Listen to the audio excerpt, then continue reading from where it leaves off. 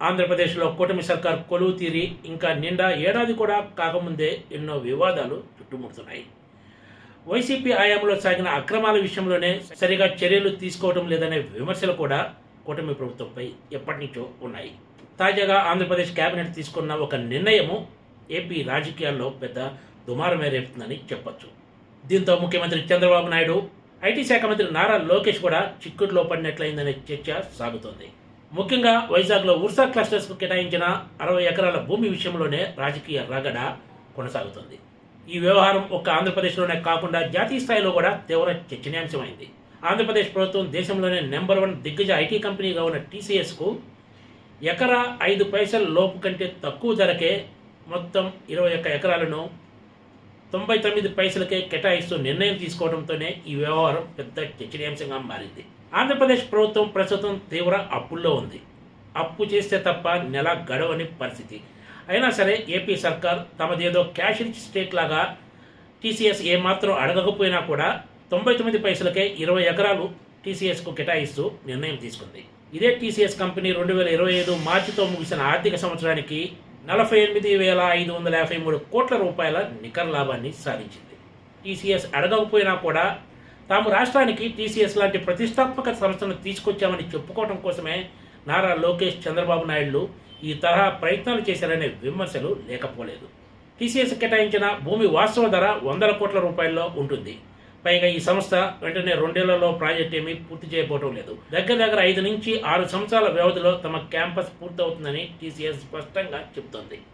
TCS విషయంలో ఒక్క భూమిదారులో తప్ప ఎలాంటి వివాదం లేదు. టీసీఎస్ భూ కేటాయింపులకు ఆమోదం తెలిపిన రోజే ముఖ్యమంత్రి చంద్రబాబు అధ్యక్షతన జరిగిన కేబినెట్ సమావేశంలో ఉర్సా క్లస్టర్స్ ప్రైవేట్ లిమిటెడ్ కూడా 2 చోట్ల కలుపుకొని వైజాగ్లో 60 ఎకరాల భూమి ఇవ్వడానికి నిర్ణయం తీసుకున్నారు.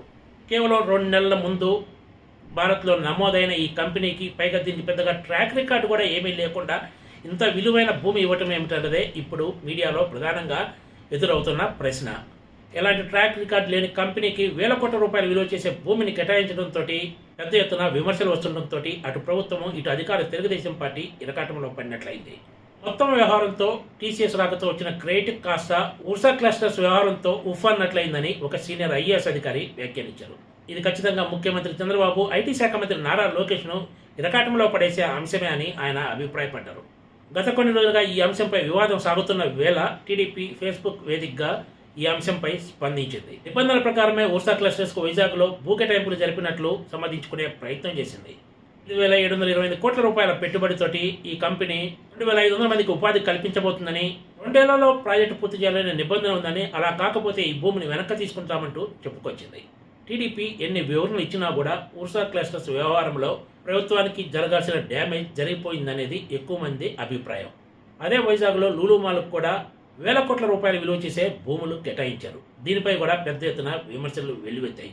అయినా సరే లూలు మాల్కు ఒక బ్రాండ్ ఉంది. ఇది ఏం చేస్తుంది, దీని ప్రధాన కార్యాలయం ఎక్కడ, సంవత్సరాల నుంచి లూలు మాల్ ఎగ్జిస్టెన్స్లో ఉంది అనే విషయం చాలా మందికి తెలుసు. ఇంత ఖరీదైన భూమిని లూలు మాల్ కేటాయించడంపై విమర్శలు ఉన్నా కూడా అంతగా దుమారం రేగకపోవడానికి ప్రధాన కారణం లూలు మాల్కు ఉన్న బ్రాండ్. కానీ ఉర్సా క్లస్టర్స్ విషయానికి వచ్చేటప్పటికి ఇది మొత్తం రివర్స్ అయిందనే చెప్పాలి. ఎందుకంటే కేవలం ఉర్సా క్లస్టర్స్ అలా నమోదు చేయగానే ఆంధ్రప్రదేశ్ ప్రభుత్వం ఆగమేఘాల మీద ఈ సంస్థకు భూములు కేటాయిస్తూ నిర్ణయం తీసుకోవడంతో దీని వెనుక ఏదో భారీ ఎత్తున జరిగిందనే చర్చ మొదలైంది. అది కూడా పెద్దగా ట్రాక్ రికార్డు లేని సంస్థకు 2 చోట్ల కలుపుకొని 60 ఎకరాల భూమి కేటాయించడం అన్నది అందరి దృష్టిని ఆకర్షించిన అంశం.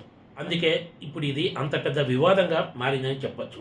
రాబోయే రోజుల్లో ఈ వివాదం ఇంకెన్ని మలుపులు తిరుగుతుందో చూడాలి. Please subscribe TGTV.